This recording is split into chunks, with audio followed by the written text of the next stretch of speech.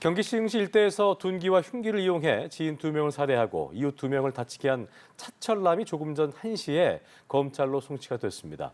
경찰은 차철남에 대한 검사 결과 사이코패스는 아니라고 결론을 내렸습니다. 한편 윤 전 대통령과 홍장원 전 국정원 1차장 등의 비하폰 정보가 삭제된 정황이 확인된 가운데 경찰은 이를 지시한 사람은 아직 특정하지 못했다고 밝혔는데요. 자세한 소식들 안지성 변호사와 함께 얘기 나눠보겠습니다. 어서 오십시오. 오세요. 안녕하십니까? 네. 자, 먼저 시흥 흉기 살인 사건부터 좀 짚어보겠습니다. 2명을 살해하고 2명을 다치게 한 피의자 차철남에 대해서 경찰이 사이코패스는 아니다라고 판단을 했는데요. 먼저 어떤 근거로 판단한 건지부터 좀 짚어보죠.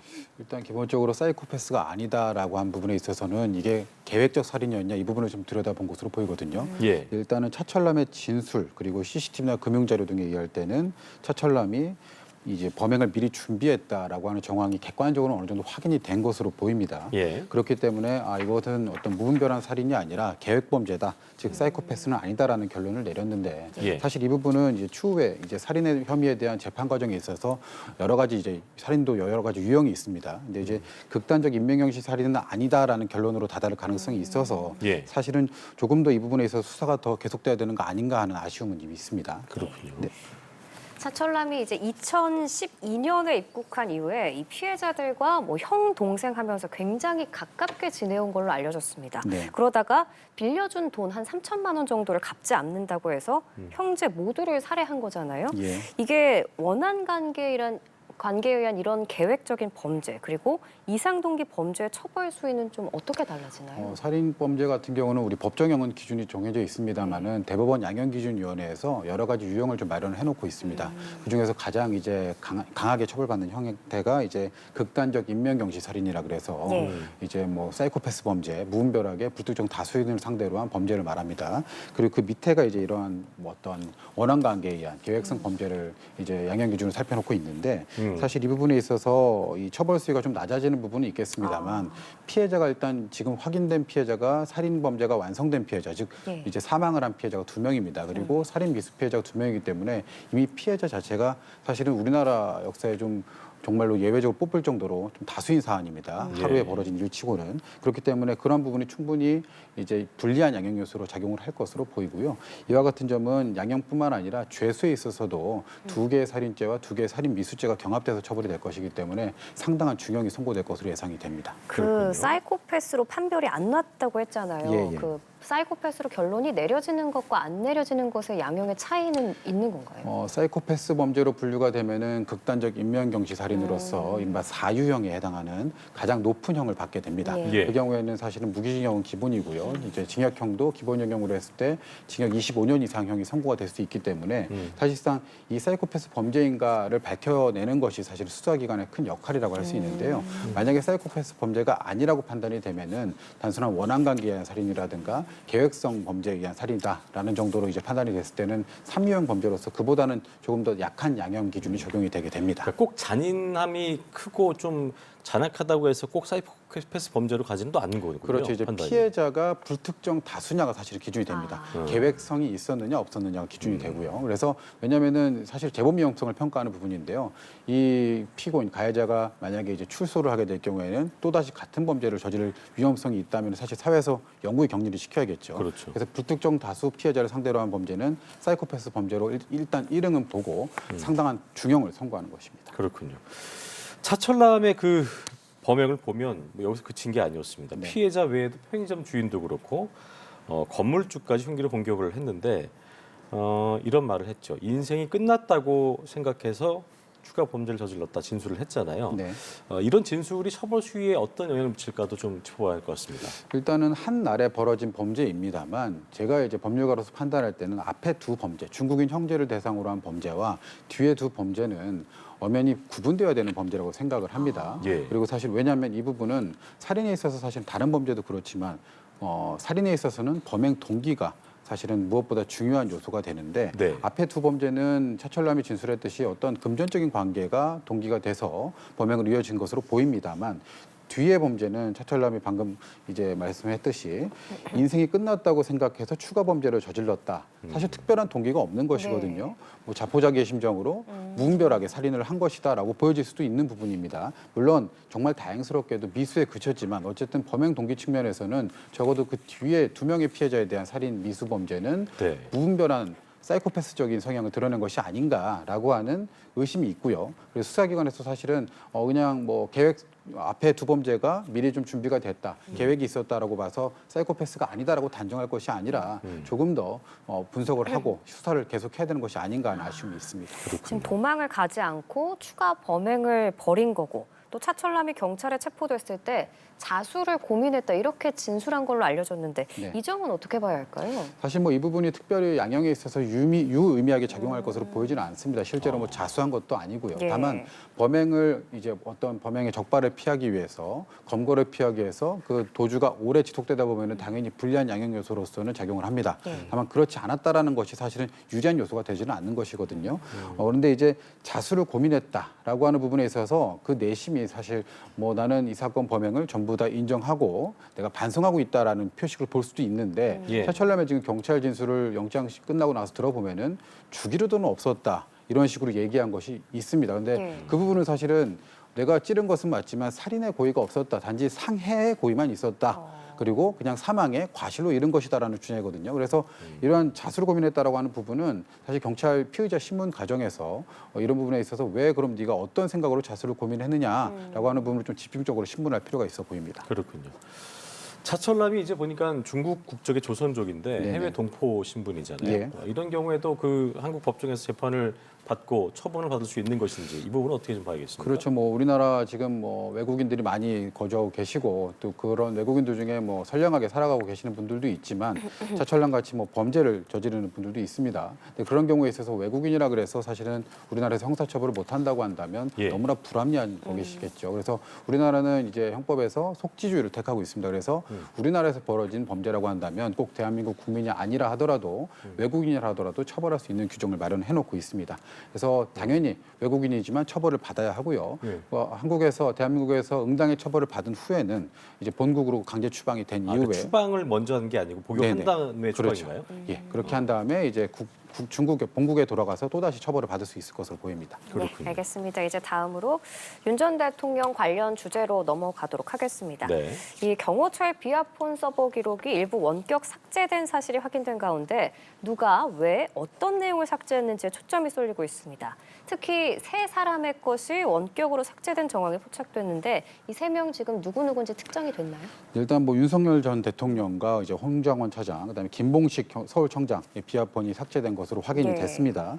특히 그 시기적인 부분도 좀 문제가 되고 있는데요. 비상계엄 3일 뒤에 사용자 정보가 삭제되는 방식으로 뭐 이른바 휴대폰이 초기화됐다라고 지금 네. 알려지고 있습니다. 예. 근데 이제 그런 부분들이 어떤 점에서 문제가 되냐면 이 비아폰이라고 하는 것은 사실은 어떤 감청이나 이런 거에 대해서 대비하기 위해서 보안성이 강화된 폰이기 때문에 뭐 저희는 잘 알지 못하지만 정기적으로 주기적으로 뭐 휴대폰이 초기화될 수는 있습니다. 시스템적으로. 네. 그런데 이 전체 휴대폰, 전체 비아폰이 어떻게 데이터가 삭제된 것이 아니라 특정 3일에 대한 휴대폰만 데이터가 삭제됐다는 점에서 누군가에 의해서 고의적으로, 의도적으로 증거가 인멸이 된 것이다라는 하는 정황을 넉넉히 인정할 수 있겠습니다. 그래서 그런 부분에 좀 초점이 맞춰져서 수사가 계속되고 있는 것으로 보입니다. 그러니까 그렇군요. 말씀해 주신 것처럼 딱 3명의 비아폰 서버 기록만 골라서 삭제가 됐다는 게 증거인멸 정황이 뚜렷하다 이렇게 네네. 봐도 되는 거죠, 그럼? 넉넉하다고 보여지고요. 이따가 말씀드리겠지만 사실은 같은 위치, 같은 지위에 있던 사람 중에 이제 조청장이 있지 않습니까? 네. 조청장 같은 경우는 휴대폰, 비아폰이 삭제된 정황이 지금까지는 발견되지 네. 않고 있습니다.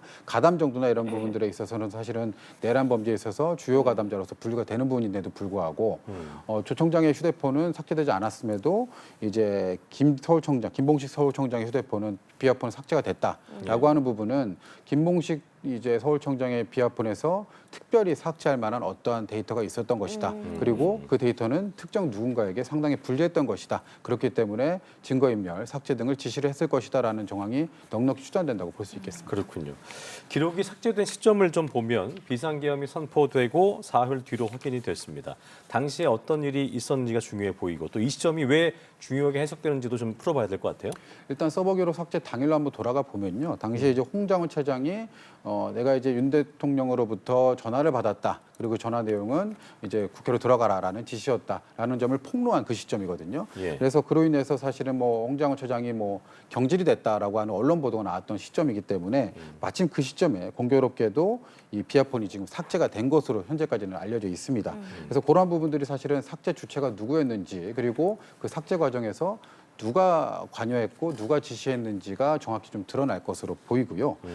또 하나는 이제 서버 기록 삭제 당일에 김봉식 서울청장의 휴대전화도 압수가 됐는데 그런 부분에 있어서도 사실은 당시 압수됐던 휴대폰은 비아폰은 아니었습니다. 근데 그런 부분에 있어서 왜 그 시기에 이제 비아폰 기록이 삭제될 수밖에 없었던 것인가라고 하는 부분에 좀 수사가 집중이 되어야 될 것으로 보입니다. 이 근데 이 삭제된 내용을 다시 복구는 못하는 거잖아요. 그렇죠? 현재 수사기관에서 지금 하고 있다고는 하는데 복구가 될지 안 될지에 대해서는 아직 미지수로 알려져 있습니다. 근데 그렇군요. 원칙적으로 사실 저희 디지털 포렌식 기술이라고 하는 것이 상당히 발전이 되어 있기 때문에 예. 그리고 해당 기기가 비아폰이라 그래서 어떤 특정한 어떤 뭐 안티포렌식 장치가 들어가 있다는 것으로 보이지는 않거든요. 그래서 그런 뭐 감청이라든가 이런 부분만 제한되어 있는 것뿐이지. 그렇기 때문에 제가 봤을 때는 디지털 포렌식을 통해서 얼마든지 복원이 될 수 있지 않을까 이렇게 좀 기대를 하고 있습니다. 예, 또 앞서 말씀해 주셨듯이 조지호 경찰청장도 비아폰을 지급받았습니다. 그런데 뭐 아직까지 특별히 삭제 기록이 확인되진 않았지만 그래도 좀 조사가 추가적으로 필요한 부분인 거죠. 그렇죠. 이제 조지호 청장에 대한 그 삭제가 되지 않았다는 부분에 있어서 조지호 청장 당신 거는 왜 지워지지 않았냐라는 부분에 초점이 맞춰질 것이 아니라 사실은 조지호 청장 거는 왜 삭제가 되지 않았을까? 그렇다면 왜 이제 김봉식 이제 청장 것만 삭제가 됐을까? 그럼 둘의 가담 정도는 뭐가 달랐고 당시에 이제 직접적인 지시 라인은 어떤 부분에 차이가 있었는가 하는 부분에 좀 초점이 맞춰져서 수사가 진행이 된다면 아무래도 이 증거 인멸과 관련돼서 그 인멸의 주체와 그다음에 어떤 경위가 구체적으로 좀 드러날 수 있을 것으로 보입니다. 예, 결국 수사의 관건이라는 것은 누가 왜 삭제를 지시했냐일 텐데 경호처 고위 간부도 그렇고 윤 전 대통령이 개입했을 가능성도 수사 선상에 올라와 있는 상황이라고 합니다. 수사 앞으로 어떻게 좀 전개가 될 걸로 보십니까? 일단은 현재 객관적으로 드러난 상황 자체만 보게 되면은 이 지금 비아폰이 삭제됐다고 여겨지는 다음 날에 바로 이제 김성훈 처장이 경호처에다가 이제 비아폰 전체 데이터를 삭제라라고 하는 문건이 발견된 것으로 알려져 있습니다.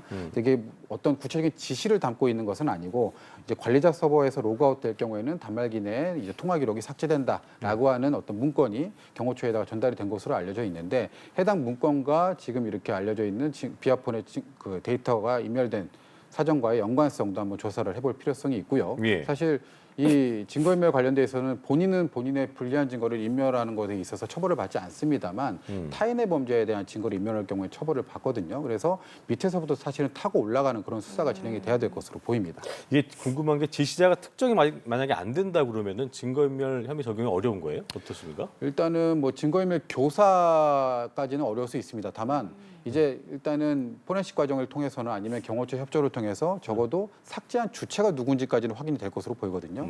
다만 그 삭제를 누가 지시했는지까지 확인되는 것은 뭔가 이제 심식적인 수사가 필요하겠지만은 적어도 그 주체가 파악이 된다면 거기서부터 이제 수사를 타고 들어가야 될 것으로 보입니다. 예, 윤 전 대통령이 그 내란 우두머리 혐의와 관련해서 재판에 넘겨진 뒤에 구속 취소가 돼서 풀려난 바 있는데 만약에 이 비아폰 기록 삭제에 윤 전 대통령이 직접 개입했다는 여부가 확인이 되면 그 증거 인멸 혐의로 또다시 구속영장 청구가 가능한 건가요? 그렇죠. 아무래도 이제 증거인멸 교사 내지 증거인멸이라고 하는 것은 지금 현재 기소돼서 재판받고 있는 내란죄와는 엄연히 분리된 별개의 범죄입니다.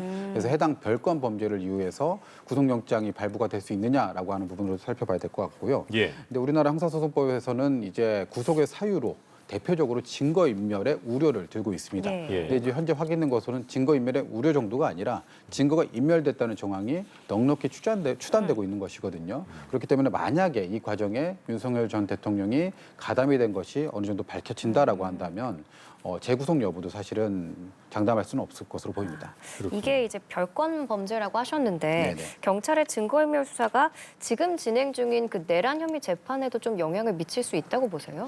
아무래도 기본적으로 이 모 사건, 이 엄마 사건으로 보여지는 것은 내란 범죄거든요. 예. 그 내란 범죄의 어떤 실체를 가리기 위해서 증거인멸 행위가 일어났던 것이기 때문에 양형에 있어서도 사실은 상당히 좋지 않게 평가될 여지가 있고요. 그다음에 아직까지 드러나지 않은 다른 어떤 정황에 관한 증거들이 이 증거인멸과 관련된 특히 아까 앵커께서 지적하셨듯이 이 비아폰에 대한 데이터 복원 과정을 통해서 드러나게 된다면 사실 내란 혐의에 있어서 조금 더 긍정적, 그러니까 조금 더 혐의를 인정하는데 조금 더 영향을 미칠 수 있는 그런 요인이 될 것으로 보입니다. 그렇군요. 자, 그리고 국무회의장 내부랑 이제 대통령 집무실 복도 CCTV 영상도 이제 새로운 변수로 부상을 하고 있는 모습인데 경찰이 어제 한덕수 전 총리, 최상목 전 부총리, 이상민 전 장관 등을 소환 조사했는데요. 소환 배경부터 좀 짚어볼까요? 일단은 한덕수 전 총리와 최상목 전 부총리, 이상민 전 장관 사실 일관되게 내란 혐의, 내란 방조 혐의에 대해서 부인을 해왔습니다. 예. 본인들은 이제 국무회의 전까지는 전혀 알지 못하였고 그 직후에나 비로소 알았고 그때부터는 사실 윤석열 대통령을 만류를 했다, 막아섰다. 그럼에도 불구하고 막지 못했던 것이다라는 취지로 부인을 해왔었는데 예. 그러면서 구체적인 진술을 몇 가지 좀 했었습니다. 그 진술에 대해서는 이따 다시 한번 살펴보겠지만은 그렇게 이제 경찰이나 뭐 국회 청문회 아니면 헌법재판 과정에서 나왔던 그 사람들의 진술이 사실은 객관적으로 드러난 증거, 지금 현재로서는 CCTV가 되겠죠. CCTV 증거와 상반되는 부분들이 밝혀졌다라고 보여지는 것이거든요. 그래서 사실은 이 CCTV라고 하는 것, 지금 특히 이제 이 사람들이 주장했던 진술 중에는 나는 뭐 쪽지는 보지 못했다, 뭐 이런 식의 어떤 행동으로 표시될 수 있는 진술들이 있었습니다. 근데 그러한 부분들이 CCTV 통해서 드러나는 어떤 구체적인 행동과는 상반됐던 것으로 보이기 때문에 이 진술은 신빙하기가 어렵다라는 판단에서 수사를 개시한 것으로 보입니다. 자, 그러면 이제 그 세 사람의 기존 진술이 뭐였는지 어땠는지를 짚어볼 필요가 있을 것 같은데 그렇습니다. 세 사람의 기존 진술 한번 짚어주시죠. 일단은 한덕수 전 총리 같은 경우는 이제 비상입법기구라고 하는 어떻게 보면은 이 내란의 핵심적인 조직에 대한 예산 쪽지를 건네받았다라는 혐의를 받고 있었는데 그와 관련돼서 한 총리는 나는 그것이 전혀 기억나지 않는다라고 했다가 김용현 전 장관이 내가 한덕수 전 총리한테 줬다라고 하자 그제서야 좀 시인을 했습니다. 예. 그럼에도 불구하고 나는 구체적인 내용 확인하지 못했고 국무회의 끝나고 나서 뒷주문이었던 걸 비로소 확인하고 내용을 알았다라는 정도로 시인을 했는데 예. 이제 국무회의 과정에서 이제 보여지는 CCTV 내부에서는 그런 모습이 아니라 다른 모습이 보여줬던 거겠죠. 그렇기 때문에 지금 수사가 진행된 것으로 보이고요. 최상목 전 부총리 같은 경우도 윤 전 대통령에게 쪽지를 받았다라고 하는 부분에 있어서 사실은 나는 이 쪽지를 직접적으로 받지는 못했고 내가 그냥 멀리서 집무실에서 멀리 있던 걸 본 것에 불과하다라는 취지로 얘기를 했었는데 사실은 CCTV 내부, 집무실 내부에서 보여지는 모습은 그런 모습이 아니었던 것이 아닌가 그게 하는 아니라면 어떤 모습인 걸까요? 최상목 전 총리의 진술은 집무실에서 멀리 있는 쪽지, 멀리 건네주는 쪽지를 봤다라고 진술하고 있지만 근데 그게 쪽지를 아니라 노골적으로 보고 있다든가. 그런 장면이 되거나 아니면은 뭐 쪽지를 가지고 누구한테 건네준다거나 이런 장면들이 담겨 있을 가능성이 높죠. 이 CCTV가 막 음성이 확인되고 그런 그러니까요. 시스템은 아니에요. 그렇지는 않을 겁니다. CCTV라는 게 기본적으로 어쨌든 법에 의한 설치된 CCTV는 음성은 녹음 못하게 돼 있기 네. 때문에 행동만 나올 겁니다. 그래서 제가 아까 지적드렸던 부분도 이 한덕수 전 총리나 최상목 전 총리, 이상민 행안부 장관의 진술에 있어서 그걸 다 탄핵할 것이 아니라 이 사람들이 어떤 자신의 행동을 묘사했던 진술들이 있을 것이거든요. 그렇죠. 근데 그러한 진술들이 사실 CCTV에서 분명하고 객관적으로 탄핵이 될 것이다. 그렇기 때문에 수사기관에서 이렇게 지금 장시간 조사를 하는 것이다. 이렇게 보여주고 있습니다. 네, 그 이상민 전 장관 발언도 한번 짚어주시죠. 이상민 전 장관 같은 경우는 언론사 단전단수 지시 의혹이 있었습니다. 그와 관련해서 나는 이런 것과 관련해서 전혀 아는 바가 없다라고 부인을 해왔었는데 사실은 마찬가지로 CCTV에서는 이런 부분에 있어서 또 쪽지거든요. 그 쪽지 관련돼서 어떤 다른 정황들이 보여지지 않았을까 하는 의심이 있습니다. 그 CCTV 말씀하신 것처럼 행동에 대한 부분이 달랐으면 CCTV 확인할 수 있지만 네네. 소리가 들어간 게 아니니까 네네. 그 외적인 부분은 확인하기가 쉽지 않다는 생각이 들기도 하네요. 그렇죠. 그리고 제가 하나 또 언급드리고 싶은 부분은 사실은 아까 서두에 좀 언급드렸던 부분인데 과연 이 비상계엄, 윤 전 대통령이 비상계엄을 언제 할지를 과연 어느 시점에 알았느냐라고 하는 부분도 중요한 포인트거든요. 그렇죠. 근데 이제 해당 인물들의 어떤 진술들을 보면은 전부 다 이제 국무회의 직전까지 몰랐다라고 하는 주장들입니다. 그랬었죠. 근데 그리고 이제 도착한 시점에 대해서도 시분까지 정확히 특정해서 진술을 했었는데 네. 그러한 부분들이 사실은 좀 달라질 수 있을 것으로 보입니다. 왜냐하면 이제 대적견실 같은데 도착한 시간 같은 게 다 나오기 때문에 예. 그러한 부분들에 있어서도 일단은 그 부분에서 시적으로 차이가 많이 난다고 한다면 사실 나머지 진술의 신빙성도 보장할 수 없는 부분이거든요. 그래서 그런 부분에 좀 수사가 초점이 맞춰지지 않을까 그렇게 생각이 듭니다. 그렇군요. 세 사람이 5개월 전에 내란 혐의로 입건이 됐긴 했습니다만 네. 수사의 진척은 없었잖아요. 이거 왜 그런 거죠? 일단은 뭐 아무래도 현실적인 이슈로는 이제 주요 위치에 있던 사람들인데 일관되게 좀 부인을 해왔고 더구나 이제 한덕수 전 총리 같은 경우는 대선까지 출마하지 않았습니까? 예. 이제 그런 부분들 때문에 아무래도 수사를 적극적으로 개시하기에는 좀 현실적인 어려움이 있었을 것으로 보입니다. 예. 근데 이제 한정 총리가 다들 아시다시피 이제 어쨌든 대선 후보 자리에서 내려왔고 그 시점에 맞춰서 지금 CCTV라고 하는 객관적인 물적 증거가 예. 사실상 처음으로 공개가 됐기 때문에 경호처 협조를 받아서 네. 그런 부분에 있어서 진술의 신빙성을 흔들 수 있는 객관적인 증거가 발견된 이상에는 사실은 수사는 박차를 가할 수가 있는 것이거든요. 그래서 어제 이루어진 조사에서도 아마 상당히 유의미한 피신이 좀 이루어졌을 것으로 보이는데 거기서 이제 당사자들이 어떤 식으로 부인했을지도 좀 살펴볼 필요가 있을 것으로 보입니다. 그러니까 추가로 송치가 만약에 된다면 네. 어떤 혐의를 적용할 수 있는 거예요? 일단은 뭐 내란 중요 임무 종사 혐의에 대해서는 당연히 적용 가능성을 검토를 해볼 필요성이 있습니다. 이분들이 어쨌든 뭐 본인들은 부인하지만 국무회의에도 참석을 했었고 이후에 이제 대통령 안가에서 이루어진 어떤 비밀 회담 같은 데서도 참가를 하지 않았습니까? 그랬었죠. 그러니까 그런 부분들 때문에 어쨌든 내란에 있어서 본인들은 전혀 알지 못했다라는 주장에 신빙성이 배척이 된다면 결국에는 내란에 주요하게 가담한 것이다라는 결론을 이를 수밖에 없거든요. 그래서 그런 부분으로 이 수사가 초점이 맞춰질 것으로 보입니다. 네, 알겠습니다. 알겠습니다. 오늘 이 시간 안지성 변호사와 함께 얘기 나눠봤습니다. 말씀 잘 고맙습니다. 들었습니다. 감사합니다.